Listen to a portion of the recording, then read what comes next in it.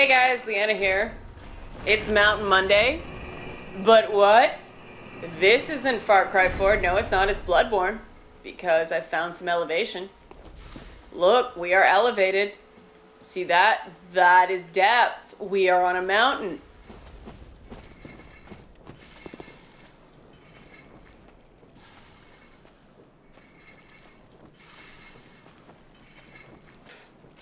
And out. And breathe in. And out.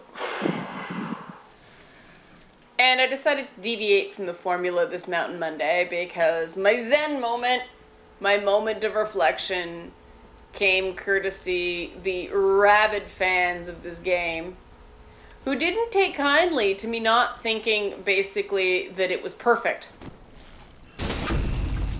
And that's sort of what dealing with Bloodborne fans looks like, or Souls games fans in general. They don't take any dissent really well, I've discovered.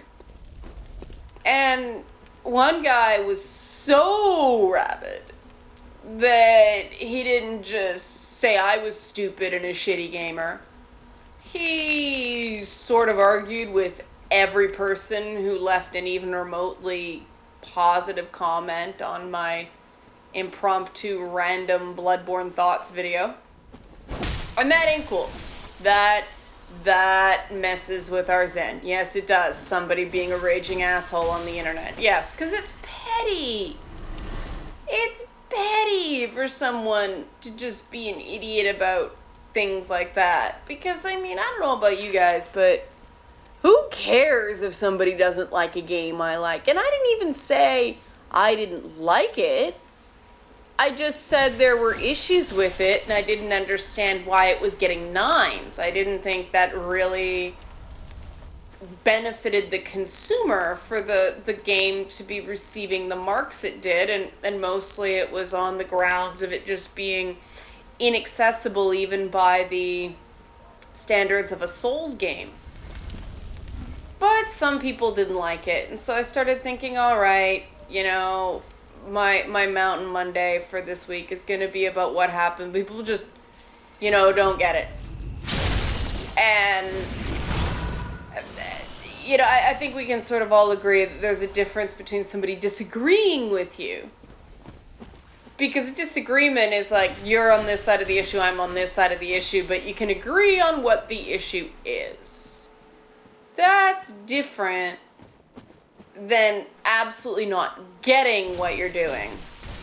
And somebody not getting it is, I find, a lot more frustrating, because somebody can respectfully disagree and that's no problem. But if you're actually operating on a completely different paradigm, that's tough, because how do you find any point of commonality to actually, you know, discuss something? And it's hard to tell sometimes whether somebody's being willingly obtuse or they're just coming at it from a completely different perspective. And I don't know about you, I don't want to assume somebody's trolling unless I have some sort of, you know, reasonable belief. But at the same time, I don't want to waste my time with someone who is just, you know, determined to take the piss out of the situation no matter, you know, how immature it may be. And I'm going to take a little shortcut here because I don't want to fight these guys. How do I get down again? I forget. There is a... Whoa! Hello! Ah, crap. Ow. Oh, there. Is that it? No. But, you know, it is very frustrating when people aren't even on the same...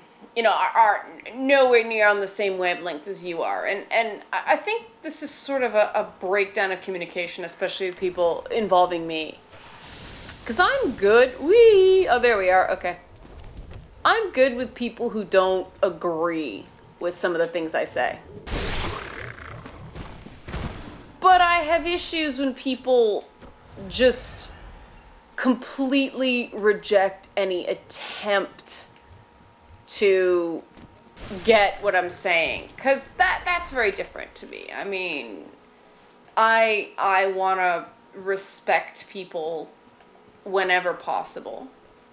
You know, respect makes the world go round as far as I'm concerned. And respect doesn't kick in when you agree with someone. Respect kicks in when you disagree with someone, right? Because respect is all about disagreeing, respectfully. And that's where a lot of people get into trouble, because disagreeing respectfully is, I believe, a learned skill. And there are some people that I know that just, there are certain topics, I don't even bother. Because some people can be completely rational human beings on every front, except one. And that one really sucks. And so sometimes it's just not worth arguing with a person. It's, you know, they're a decent person overall, but they have that one weird thing that just, they don't make any sense regarding, and I always get lost here. Oh, the pig! The pig. Oh, can I sneak up on you? Can I sneak up on you, pig? Can I? Can I? If I can sneak up on this guy, you guys are about to see something so disgusting. Can I? That's an attractive back end, isn't it? I think so. Ah, shit. Oh, well. You get to see me fight bacon. And, you know, this is what it's like sometimes, having conversations with certain people on certain topics. It's a sparring match. And, you know, everybody likes to be right, let's face it. Everybody likes to be right. Everybody likes to win. And I think it's a mark of maturity when you can realize that it's not about that. When it's about, you know, having a good conversation with someone and respecting somebody as a person. And I mean, that did not happen this past weekend on a number of accounts. You know, some of you may know it was Passover, and I got a surprisingly large, and I guess it's not surprising by the, you know, by the standards of social networks, but it was a surprising number of comments for Passover weekend about, you know, Nazis and gassing people and things like that. And to me, you know, perhaps some people aren't aware, that's fine. But when you point it out to them and they don't recognize that mentioning sensitive things like that on a particularly, you know, tender time period maybe isn't the classiest thing to do, well, there's really no reasoning with the person if they're not willing to see reason, right? And that sounds like a weird, hello bacon, that sounds like sort of a weird redundancy, but you'd be surprised.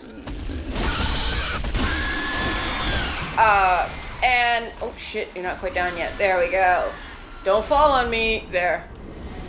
And, you know, that's just, and this is my own assumption, but this is something I do for my own, you know, emotional and mental resiliency. When someone does something that insensitive, I write it off as one of two things. It's someone being deliberately obtuse because they're trying to be a contrarian, which I don't consider respectful. And respect is what happens when you don't agree, in my world. But, you know, the other option is that they don't get it and they are too proud, and I believe this happens a lot. Aw, crap. Yeah, that's a bad day. They don't get it and they're too proud to admit they missed a social cue or that they, you know, they didn't read the situation correctly, and so they double down when, you know, by rights, they should probably just go, yeah, that wasn't the smartest thing I could have done. And, I mean, we've all sort of done it. we all have times where we put our foot in our mouths, right? And, you know, to me, it's a fundamental life skill to know what to do about that. And some people are sort of good at being charming and getting out of those situations with a relative amount of, you know, grace, and other people don't have that skill. And I try to be forgiving, but sometimes people manage to get past even my very, very generous good graces on topics like this. And that's when, yay! That's when, you know, the Zen comes in. And that's when we need to find our mountain and just sort of remember that not every conversation's going to be a raging success. Not every person's going to get it. Hey, what's up here? And sometimes it's best to just walk away. And, you know, that's not very exciting. What are these noises? That sounds sticky. What's down there? Oh, it's a snake pit. Yeah, we don't want to go there. What the hell? Where am I? But this looks like a good place because it's sort of elevated. This looks like a good place to wrap up.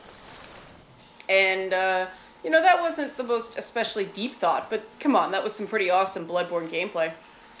So we'll find a tree because we're on the mountain. There's a mountain. Okay. And ready. Breathe in.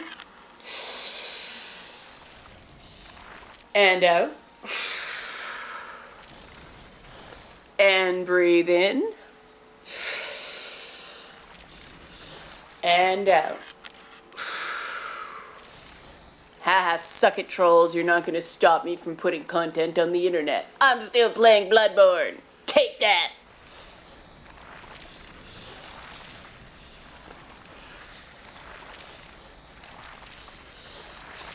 Still don't know what that is. Nasty.